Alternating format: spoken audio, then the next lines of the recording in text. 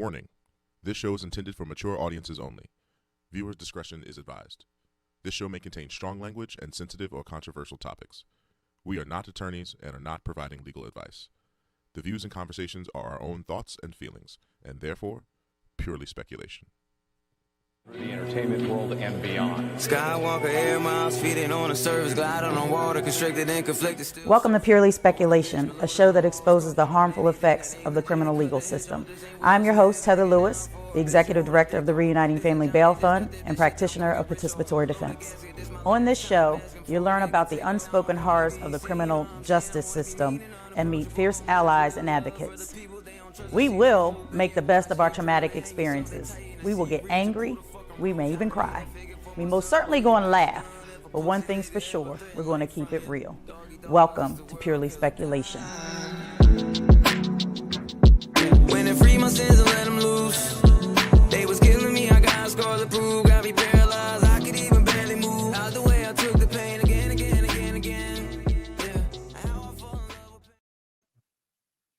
Good evening, everyone, and thank you for tuning in. We're going to flip the script a little bit tonight, and we're going to put our executive director in the hot seat. I'm going to be your host for the evening, Scotty Tags, and we're going to make Heather feel what we feel when we're sitting in that seat. Our guest tonight, Heather Lewis, executive director of Reuniting Family Bail Fund. Hey y'all, it's nice to see you. And yes, we have swapped spaces. We do have to go back because you have to read the cover fact of what is the purpose or topic of tonight's show. So we'll go back and read that cover fact and we'll get into it. All right, sounds good. More than half, 58% of women in prison are mothers. The number of children with an imprisoned mother has increased 131% since 1991, surpassing the growth rate of imprisoned fathers. Children of incarcerated mothers are highly susceptible to long-lasting health and behavioral issues. Yes, and that is an issue. And while I was not a mother that was incarcerated, I am a justice impacted mother who has children who have been incarcerated. Well, let me ask you this, Ms. Lewis. What started you on this path that you're on now to be a beacon in our neighborhood and in our county to help other people who have been incarcerated, especially mothers with children? Well, my journey started, I was a teen mom, and so incarceration wasn't necessarily one of the social ills that I kind of was a part of that statistic. It was teen pregnancy. And I think I come from a family, I say this a lot because I do get that question asked a lot. And I'm a community servant by nature. I come from a family of community servants, my grandmother, my aunts, and I had a lot of great aunts and things like that were just pillars in the community, like really helping children and single mothers. And I guess it was just in my blood. So I've always been a servant. And as I started to grow and try to find my way through life, one as a teen mom, trying to figure out what it is that I wanted to do. I always liked science when I was in high school, and never liked writing. Like writing wasn't my thing. I just remember from like a seventh grade English teacher that I really poured my heart and soul into a report that was kind of like a newspaper article, and I wrote it from a perspective of slang and culture, Black culture. And obviously being in a white school, he didn't get it. And he just marked my paper with red all over it, gave me a C minus. And, I tried to plead my case. Like, did you not, I'm in 7th grade. I know how to read, write, and spell, you know what I'm saying? So if you did not grasp that I was using slang and maybe misspelled words intentionally, it really turned me off from writing. So I never really gravitated back to English and writing until well into my adulthood.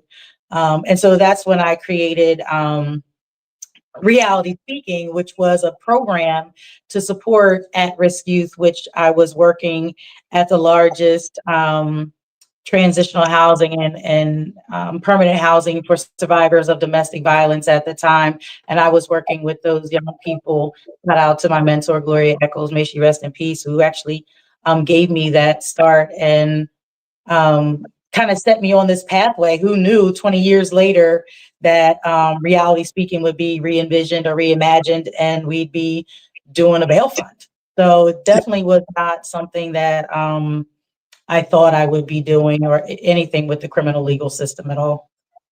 So we need to thank that teacher who left that impact, long-lasting impact on you, that we have you now, knowing what you do and how you do, and to thank you for what you do.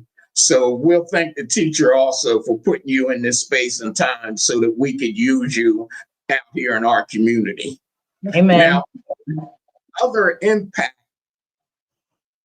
pushed you to the point whereas you're just rising through the system.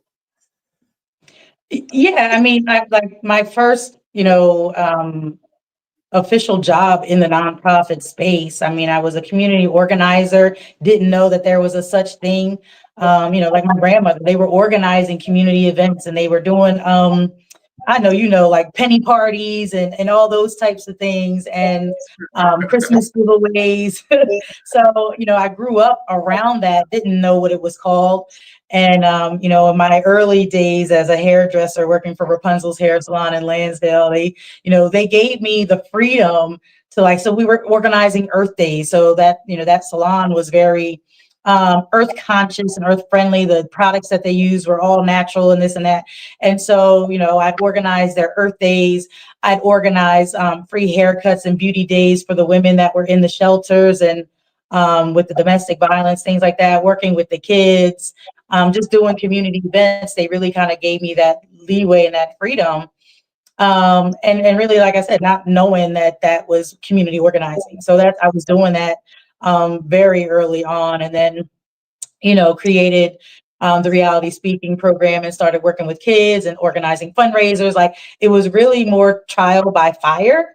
But Gloria gave me that opportunity and she taught me grant writing and she put me in those spaces. She put me in those meetings. So 20 plus years ago, I know the founders and the foundation of Your Way Home and how that was created and how we are no better. We are no better off with our unhoused population than we were 20 years ago.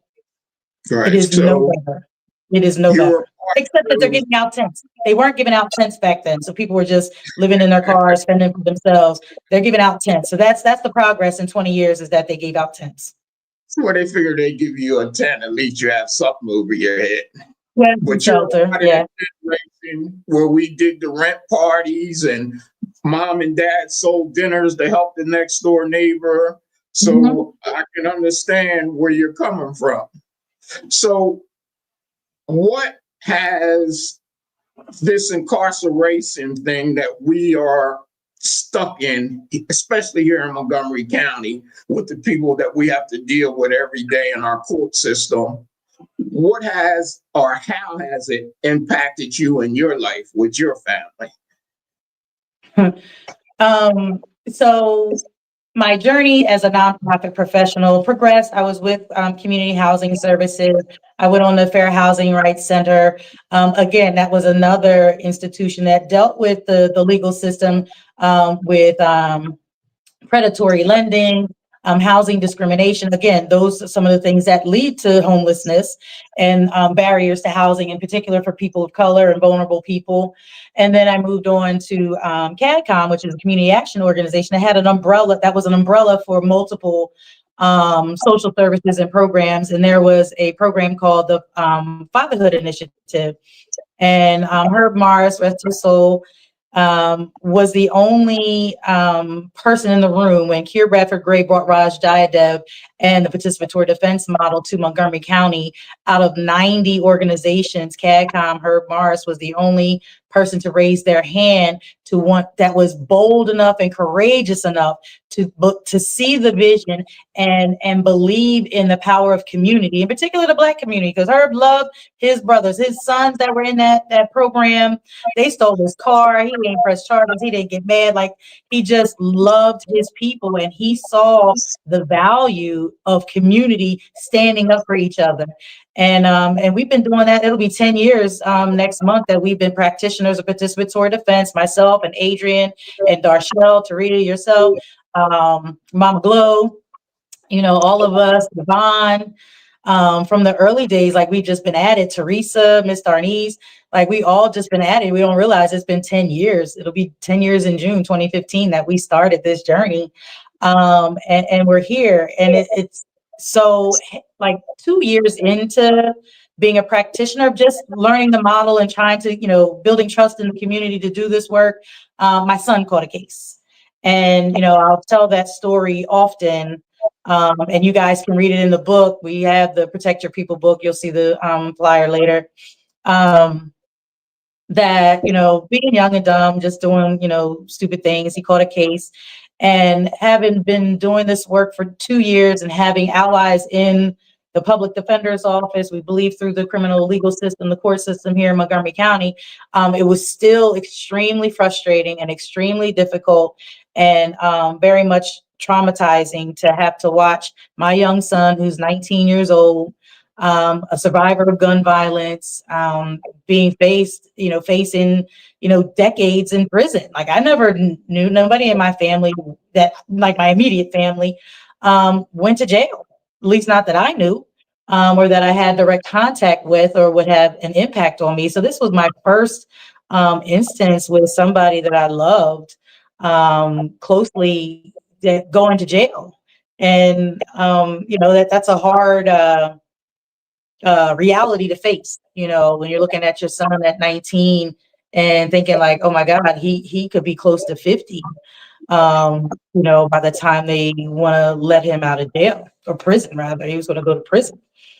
Yeah, so there were no resources to help you work there were no resources to help you work away the system before you got into place where you're at? Other than participatory defense, no. Right. You know, you're at the mercy, you know, the anxiety of like, you know, one, the shame of the situation makes you isolated and not want to talk to people, right? Two, you know, you think, I didn't have any money. I mean, I'm in my house. You've got, you know, younger siblings. Like, I couldn't put my house up, you know, to post his bail or even hire an attorney.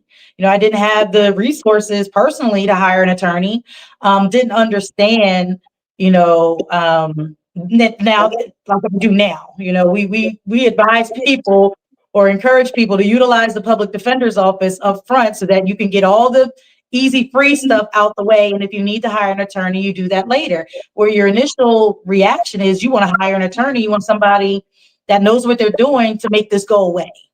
You know what I mean? That's all we're thinking. Like, how do we minimize this? How do we mitigate it? How do we make it go away as quietly and quickly as possible? And, you know, and that's what I wanted to do, but didn't have the resources to do. And the only resource we had was participatory defense and the other members of the hub. And, you know, we learned how to create social bio packets. So we created a social bio packet. My mother and his sisters and friends wrote letters. I testified at his hearing to his character and, you know, his upbringing and some of the, again, being a gun violence survivor and having an abusive stepfather, those types of things that, you know, really weighed on the judge, and he, accepted the mitigated plea, and my son did 2 years versus 20. And True. so, yeah, That's a big gap, mighty big yeah, gap. yeah. So big ups But to participatory defense in the movement, because that time saved is right. a blessing. So being that you were impacted by the struggle to get to where you're at, what was your fight with people now who prefer not to use your group to help their own at time of trouble? What kind of feedback do you get from that? I don't take offense to it. There's a couple of things. The practice of participatory defense is that we meet families where they are, right? And Right. it's also it's a trust-based process. It's community-based process. So if you don't have trust in the community, they don't know who you are. They're already embarrassed. They're ashamed. You know what I mean? They're not feeling any different than I did. And if I did not know if I was not a practitioner, I don't know that I would have reached out, unless I knew somebody. Like, we all got brought into this space by somebody that we knew, loved, and trusted, right? And so I don't know if this would have been here, if that would have happened, but I probably would not have reached out and extended, like, hey, I need help. Thankfully, I was in the space, and we could do what we did within the group that we have. So I don't take offense to it. I know it's hard for people, and the best thing that we can do is just be present. And unfortunately, there are people that kind of cycle through the system, and they will see you, and hopefully they'll be like, oh, you know what? I've seen this person, not me, but you, Taria, some of our other hub members that are in the courts, and begin to have that faith and that trust, to want to reach out and be involved, or have Do you us think, help support them get the best outcome. That's our yeah, ultimate goal, is for them to get the best outcome. do you think a lot of it is that people are shameful that their loved ones have gotten in this situation, and they feel as though if I come to you and let you know, that we need help and what's going on inside our family, that they will be ostracized by people on the outside because they don't want people to know the situation they're in? Is that a big challenge also? Absolutely, you hit the nail on the head. That's exactly what it is. And we serve all of Montgomery County, so we have cases that come from all communities in Montgomery County. But since, like, we're centrally located in Norristown, our office is in Norristown, a lot of our hub members are from Norristown, so there's a lot of overlap, and where it's small town, people know everybody. And so, but even to that extent, I'll say that this is public knowledge.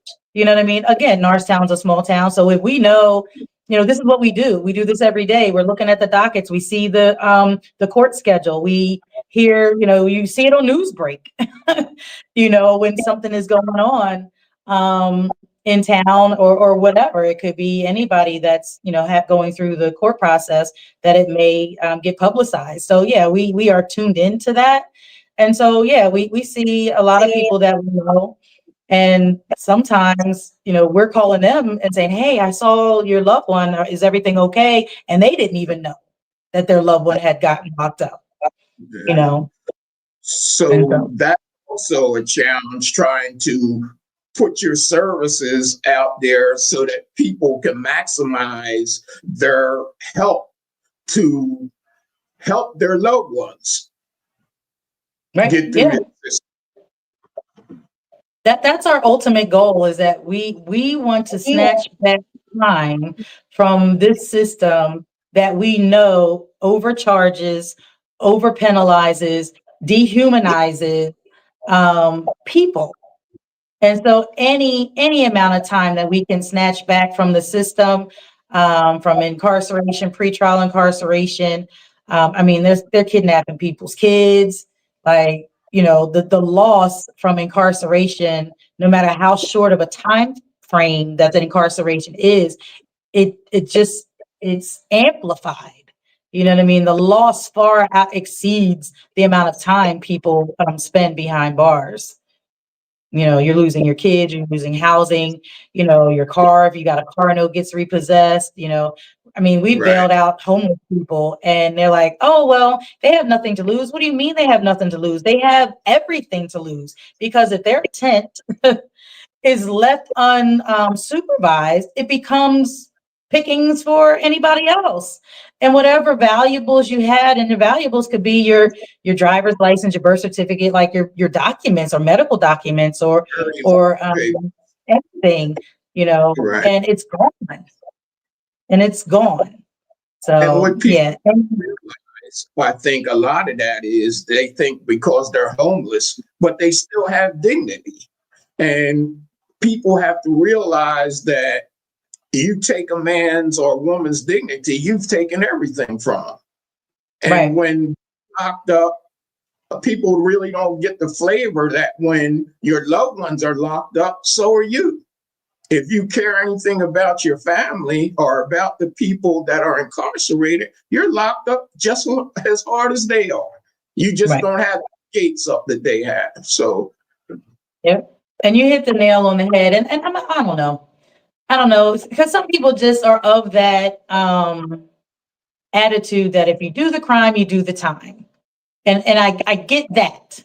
But what people fail to realize is that the people that are in the system, the criminal legal system, from law enforcement officers, that's police officers, detectives, sheriffs, all those folks, to the judges, the MDJs, they're all human beings. They all have prejudices. They all have biases. They all have opinions. They all have their own belief system about people of color or immigrants or, whatever person. But those biases, yes, they take an oath to not, but those biases creep into these discretionary decisions that they're making. And you see it play out every day. People don't believe that the police lie. Well, the police are allowed to lie to get you to confess to a crime that you did or didn't commit. They're allowed to lie and tell you that they have evidence that they don't have to get you to confess to a crime that you did or didn't commit. You know what I mean? So they're allowed to use all these tactics legally. Forget the discretion that they have in other spaces where they can just kind of do what they do behind closed doors, right?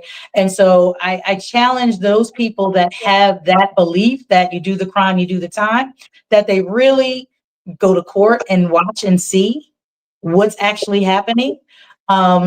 Talk to other people that have been justice impacted and hear their stories, read other stories, read podcasts, listen to other podcasts. Like, you see these stories and, or you watch the news and you see the police brutality against people of color. You see how ICE is just kidnapping people, left and right, shipping them to El Salvador without due process. Like, that's what our country and this criminal legal system was founded on, is due process. And now that due process is threatened. It's always been, compromised, but now it's just being erased. that's right. Yeah. And it's very important that you say about our police and our elected officials. We have a very important election coming up next Tuesday. And people have to understand that you do your due diligence to vote for somebody that you feel as though is going to help you and erase a lot of these things. I always say, I know you hear me say all the time, they break the law to make the law. No matter what, they're going to get their pound of flesh. And we are usually the ones that they get their pound of flesh from. So we have to be able to be informed voters also, to know how to put these things in place for people like you who are trying to reach out and help. Right. Yeah. So we talk about that a lot, and we can't stress enough the importance of our local elections. Like, you may not think the presidential election or the governor really is going to have an impact on you, and that may or may not be true. In this instance, it's definitely absolutely not true. But our local elections, they're making laws, they're passing ordinances that allow you to either get a fine for having cannabis, or you go to jail for having cannabis, personal use. You just smoking your medical marijuana or what have you, and you get a police officer walks up on you, depending on where you're at, you're going to jail. Cannabis is not legal in the state of Pennsylvania, at least recreational. So there are still some areas, a lot of areas that are still locking people up for cannabis, personal use marijuana. So your legislators, your elected officials, those are the people that are making those types of decisions. Those are the people who you voice your opinion to, whether you want them to, decriminalize it or put speed bumps, or, even with shelters, here in Norristown, they're talking about, a transitional shelter for the unhoused, and it might be near a school. And so there's some, pushback on that. And so these issues are very important, and it rests on the people that you elect, the people that you vote for. So you said it, you have to do your due diligence. You have to, do your research and find out about these folks, and, what have they really been doing, or, where did they come from? We've got new people on the scene that, what's their background? Is it in politics? Is it in mental health? Is it in service? Like, you really need to ask yourself these questions before just unilaterally voting these people in because somebody, endorsed them, or, puts their stamp of approval on it. Well, then I need to look at you too, because I know this person, I know what they've done, and you're putting your stamp of approval on them. Then I need to question you. Right. And we know that a lot of this is about popularity contests, not who is sufficient to do the job, but hey, they live next door, they're a good person, blase, blase. And our big thing that we go over a lot, I'd like to touch on with you, I know it's one of your pet peeves, is the bail that they give our homeless people who are trying to, let's say, lift a toothbrush or some toothpaste, or somebody that lifts a cake or something to eat that is hungry, a sandwich, and how they treat them when they come before these different judges and before the police, and what it costs that it gives to them overnight in jail, like you say, about a 10 or whatever, but the money aspect of the things they put on these homeless people. Right. And I've said before in a different capacity that, like, homeless people aren't broke, right? Like, they do have some resources. When we talk about trying to regulate housing and trying to get them into housing, because there's some people that are unhoused because of the barriers to get into housing. 3 times the monthly rent of income. You need good background credit, good credit, no evictions, no criminal background. Like, I mean, just about everybody that I know has one of those issues. You know what I mean? And so it makes it extremely difficult for even people that do work and do have resources to get into housing because of those barriers. But also too, when we're talking about posting bail or assigning bail from the judge, they're supposed to take into consideration the ability to pay. And so if I'm homeless, chances are I don't have the ability to pay for my freedom, regardless of how small amount, they place on me or you, or if you have capacity for anybody on the outside to post the bail. So the woman that I referred to at the tent situation, they gave her a $25 10%. That's $2.50 to post this woman's bail. Thankfully, the public defender's office, or that particular public defender, knew about the bail fund, and they reached out to me and asked me would I post it. And absolutely I did. But yeah, it's like, I'll say this in defense of our NDJs.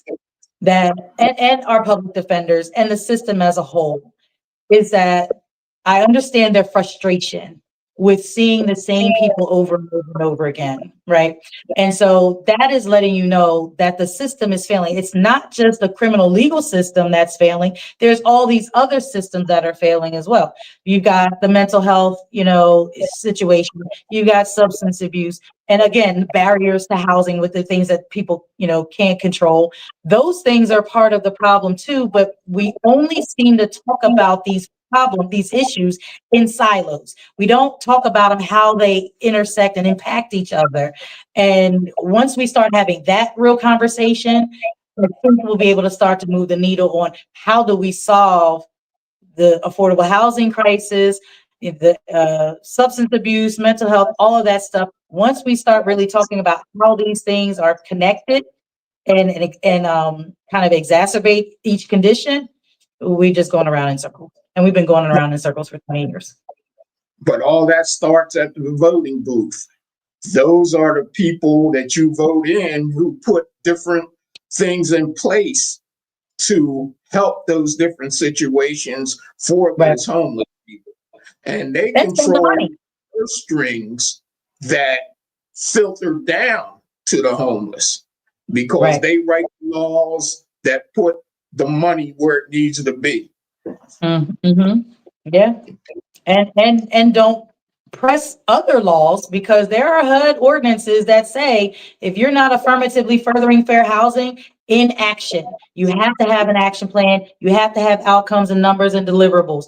And the county has the ability through HUD to withhold, suspend, or what do they call it? Abate payments to these townships, municipalities, and boroughs that refuse to find resources for these people. Right. Yeah. So there's things that could be done, but like you said, it's all politics. So, if you don't do this for me, then I'm not going to do this for you. And you know what I mean? It's like you're literally playing with people's lives. The same way when we're talking about the judges and the ADAs and all of them, you're playing with people's lives because your feelings are hurt because somebody didn't like your bill or somebody didn't want to, saw that whatever it is that you were doing was unfair to another community or group of people, and they called you on it. Now you're mad. Yeah, you wash my hand, I'll wash yours. That's what it's all about, the old, good old boy system. And like, we're paying for it. We are the ones who pay for it because they're living in a nice house. They get lifetime benefits after you serve 2 or 3 years as a rep or in Congress or national. They get it. We don't. We don't.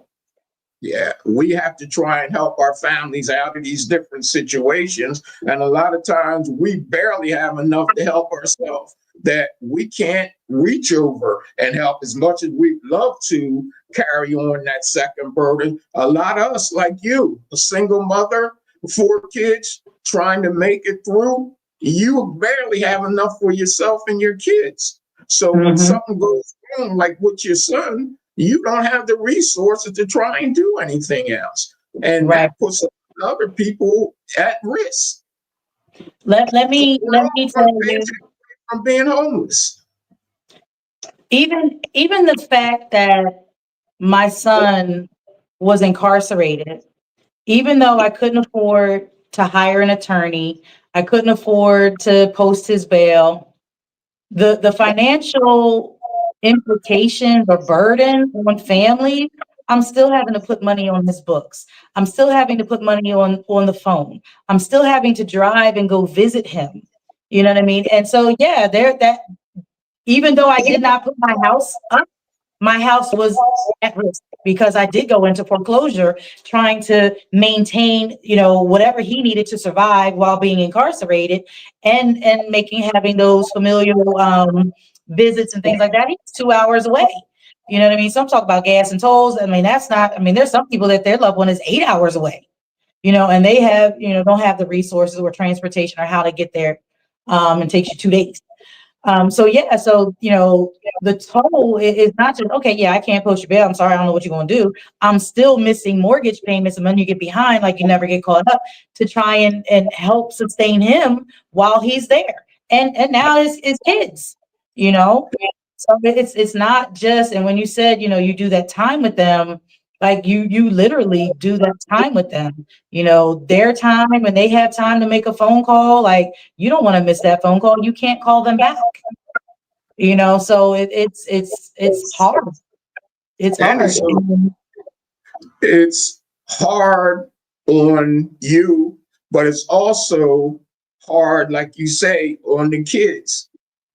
And the state, they double whammy you because they make these outrageous charges for you to use the phone. They give you commissary that costs twice what it would cost you on the street. And like you say, gas is $3.50 a gallon, and you got to travel darn near 200 miles to get to see them there and back.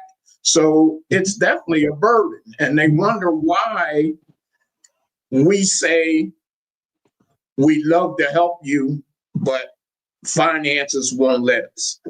Right. And some people fall into that homeless gap because, like I was saying earlier, is a lot of us, our jobs and the bills and burdens that single women have are just a paycheck away from being in that situation. Absolutely. Absolutely. And, you know, we talk about my son, but, you know, and you mentioned my 4 kids, 3 out of my 4 kids have been incarcerated. And so my son and 2 daughters have been incarcerated. And for various things, my youngest daughter as a juvenile, so I've had to deal with the juvenile system. And the craziness that is, right? Because they don't even want parents to participate. And so how do you have my 15-year-old daughter talking to an attorney, trying to, you know, educate her on what she's supposed to say and or do, or what she's being charged with, or why this is happening to her, you know, because they don't want parents involved. And they, you know, just push you out of the way. Yeah, just push you out. They have the authority over the mother to handle your child. Right. Yeah. And you have no idea what's happening, and that they could be agreeing to whatever, you know, and this is the trust that they just want, the blind trust that they want us to have in the system, especially when they're dealing with Black and brown children. And then, you know, my middle daughter was incarcerated in Philadelphia.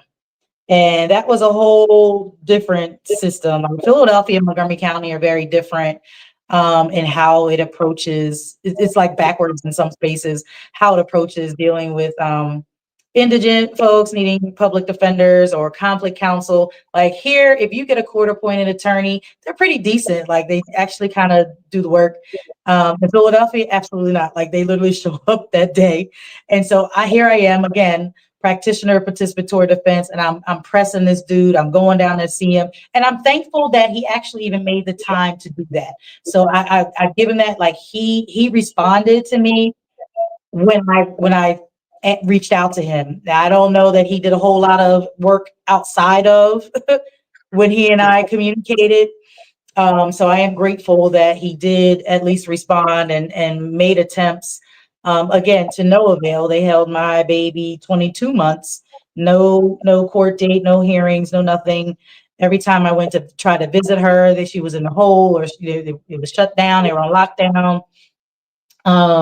You know, and you talked about the food, how much it costs, but not just financially, but physically. Like your health, it takes a toll. Because the food that they give you is all processed. There's nothing green. You can't order a salad off the commissary. You can't order green beans. You can't order broccoli. None of that. Everything is processed, and it's starch and it's sugar and sodium, all that stuff.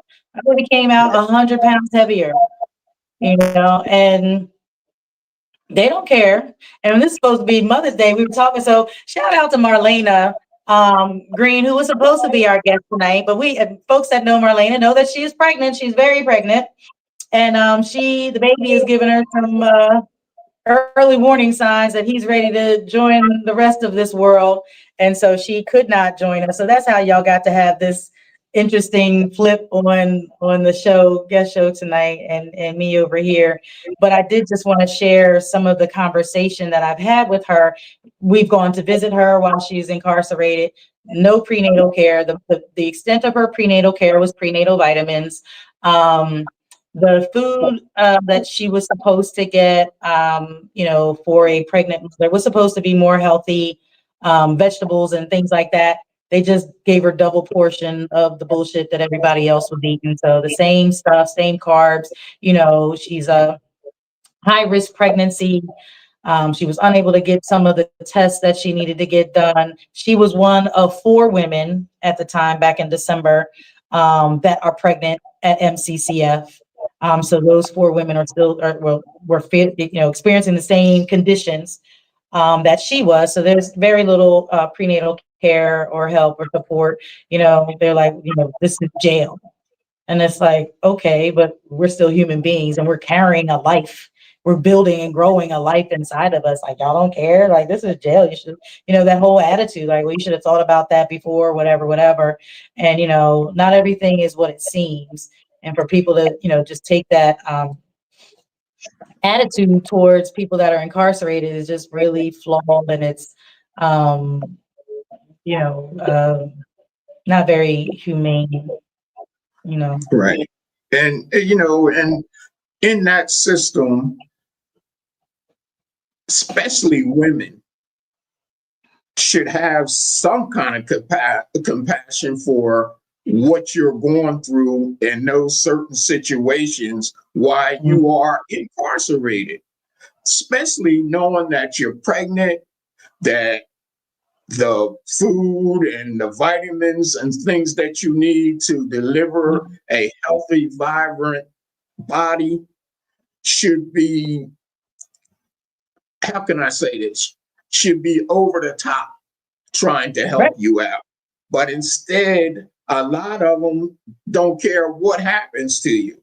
But just think that if you do that to someone who is pregnant, a woman who is in your care, and you do that to her pregnant, what do these other women who are in that system, what do they have to deal with? Right, yeah. And sometimes the women COs are the worst. Right. Like, you've met some, we've talked to some other folks on the inside, and yeah, their biggest complaints come up from about the female COs. Right. And we have treating other women. Yeah, that like you, and you don't compare to somebody else that they think that you need to be with me, then it's double down. They treat you worse than they treat everybody else, trying to get you to give in to their needs and their wants. Yeah. Right. Yeah, it's that's my biggest fear. Like, I never want to go to jail. I never want to go to jail. I did about 12 hours. in a cell in Atlantic City, and that was bad. So I know I don't want to go to jail, and I'm just like, well, I'm not going to jail on purpose. So I don't know what's going to happen, what would happen, but I ain't going to jail on purpose. Yeah, so well, definitely not. Pray that doesn't happen. But on the other side, what do you think is the biggest challenge for you as the executive director, and also for participatory defense, to get people involved in what we do and understand the reasoning what we do? I think that last part, what you said, understand the reasoning, because I think they just don't even think about why we're doing what we do until we have these types of conversations with folks. So we definitely need to have more public interaction with the community members, and we're just explaining. And it's interesting, and we've been doing this, at least the bail fund, for 5 years, that most of the people that I talk to get it. You know what I mean? They understand, the why. They're just as impacted themselves, or have a family member, a loved one. The biggest challenge that we see is with the system. here in Montgomery County. Like I said, in Philadelphia, they work together. They work with the bail funds, the Defenders Association. Like there's all these groups that are actively working to keep people out of jail and get them the basic necessities that they need so that they're less likely to commit crimes, right? So Philadelphia is very much progressive in that regard. Here in Montgomery County, like I said, I just told you today, we were blackballed from going into the jail as prison society visitors, official visitors for the prison society, because we work at the bail fund. And it's like, the prison society advocates for resources. When they go visit people on the inside, they're bringing resources. So whether it's getting the medical care that they need, now at the state prisons, there's no bail. There's no need for bail. At the county jail, yeah, there's people there that are being held pretrial. So if somebody's coming there to visit and they're being held pretrial and they have a bail that we can afford, it would be irresponsible of a prison society visitor to not share that. And they told them that we will share these resources. And so it took them 6 months or so to convince them that, yeah, we're not, faking the capacity while we're there, but also too, why do you want people sitting in jail pre-trial if they don't have to? There's people literally sitting in there for $77. Why would you not want them to come home? I would think the lower the prison population for you, the easier it is for your staff, the less food, the less resources, the less all this, everything that you need. Why are you wanting people to sit in there for this bullshit bail? $100. Yeah, like you said, there was one for $2.50. $2.50. Yeah. Why do you want these people sitting in jail? For what reason? Why is it a hostile environment? Why do they take offense to us wanting people to be free? If you can assign them bail, why are you blocking them getting it paid? Right. And make it make sense. Right. Yeah. Don't give them bail if you don't want them released. I mean, it's totally up to the judge's discretion. They can ask for no bail. Yeah. As illegal as it is, they can say no bail. They don't have to give you bail. And what people don't understand is that bail is not to hold you hostage. That bail is to make sure that you return back to court. It's not to keep you locked up. It's to make sure that you come back to court. But they use it as a weapon to confine you for as long as they can so that you can't use the resources you need to get out or to beat a case. So they use that on you hostage. Yeah. Now MCCF is the holding place for people with mental health crisis and or substance abuse. It's like, I don't know what else to do with you. Let's lock you up. And it's like, well, no, that's not it. And you might think and feel differently if you were ever locked up. Like, I'd rather sleep under a tree in this rain than be in jail. Right. Well, that spins the concept. That's for sure. Yes. Like people say, you don't know what it is till it hits home. And sooner or later, it will hit home. Definitely. With this current administration, absolutely. Absolutely. Yeah. We have a commercial I think we gotta get through. I appreciate your time. I appreciate your concept. And more or less, I appreciate being in this seat. Oh, you like it, huh? Yeah. It feels good there. All right, well, you need to look at your script and make sure that we covered everything. Hey, I also need a what the fuck moment from you. Wait, we're not there yet. We need our commercial. You skipped it. They didn't put it up. Well, you have to introduce it. Oh, do I? Yes. Hey. And I'm sure I can't see the chat because I'm in a different setting. I know. Commercial break. Okay. Yes. You want to cue it up? Yeah, you too. Sabir's homecoming play. Can I get that?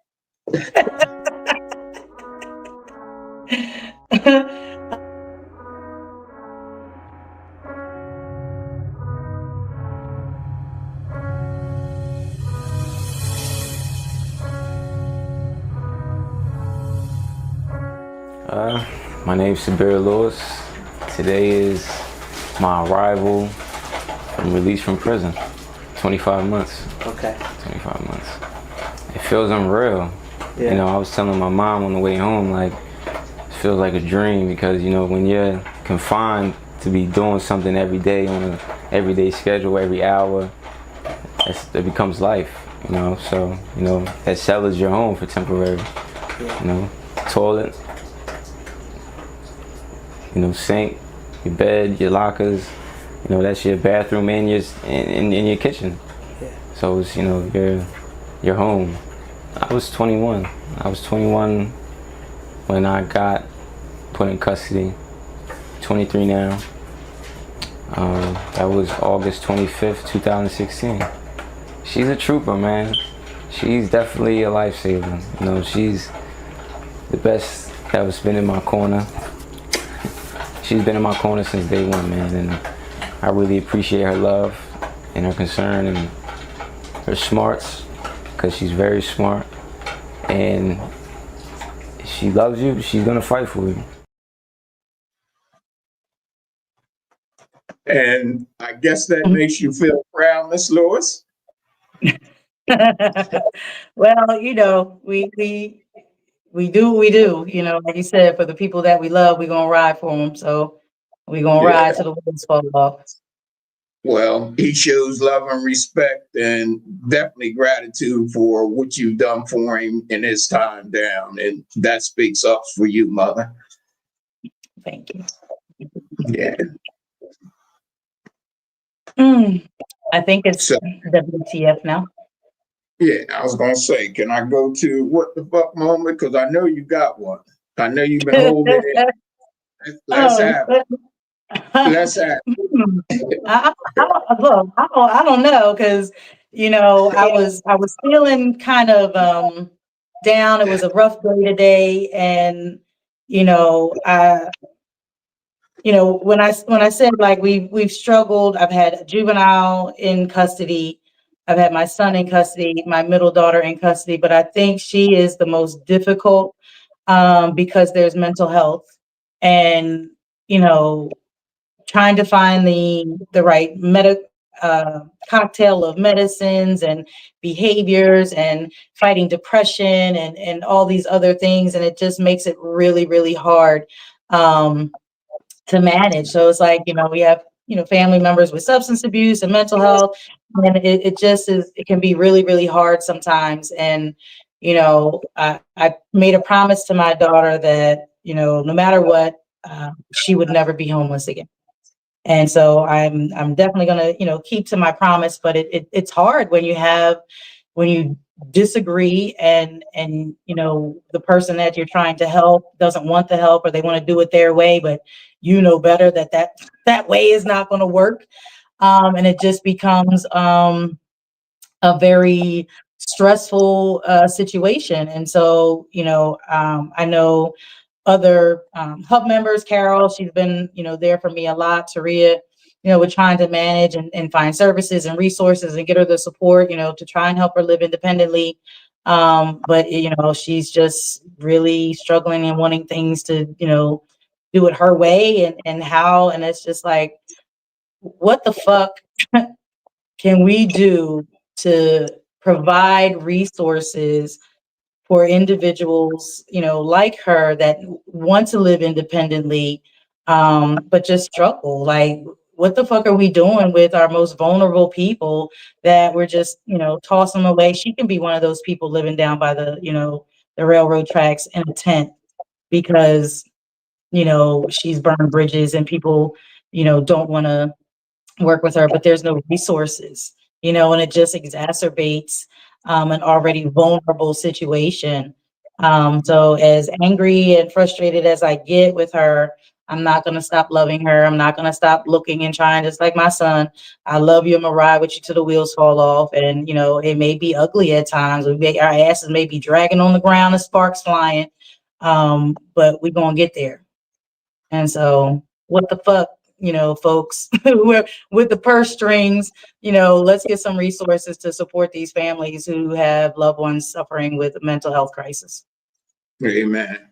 And when the fuck Are we going to stop thinking that people are disposable and we could just throw them the hell away and forget about them? Right. We as black and brown people, we go through hell to make sure that our people are all right.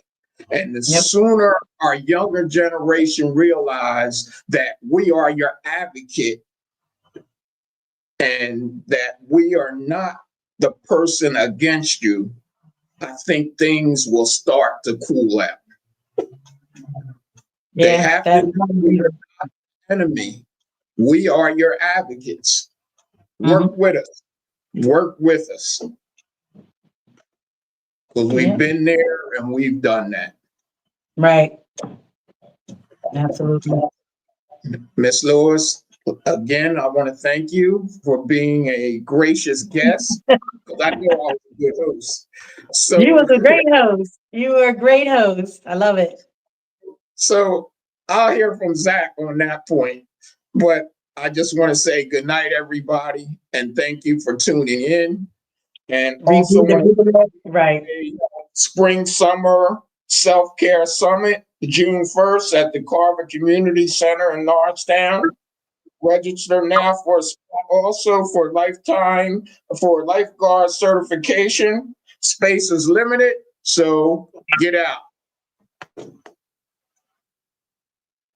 Good night, y'all. I think there's a second sheet.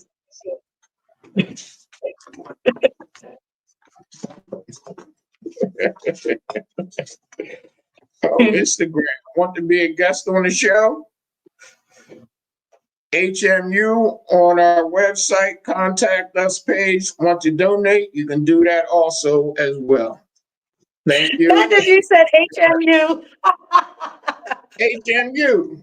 Yeah. Hit me up. They know what that means. You don't know what that means?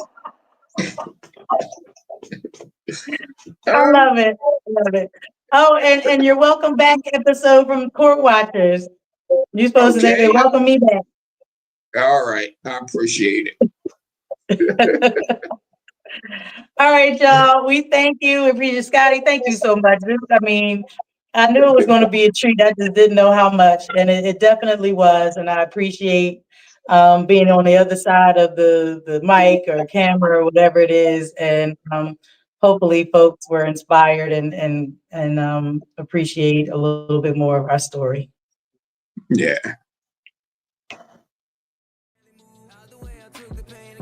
Thank you for tuning in to this episode of Purely Speculation. If you learned something, share something. Please like, follow, and share this show. The more our communities know, the more they are empowered, and the faster we can create change. Purely Speculation would not be made possible without the generous support of the Community Justice Exchange, the Health Sparks Frank E. Boston Black Justice Fund, Philadelphia Foundation, and Reform Alliance. Thank you. Booyah! Intuition different, already lived and dreamt it. Visions make my vision clear as I'm jogging through this fog of life. I be fog eyes with the fog set, body and I'm all set. Baby, can you be my Cardi B on and offset? Toast we got it, self we building.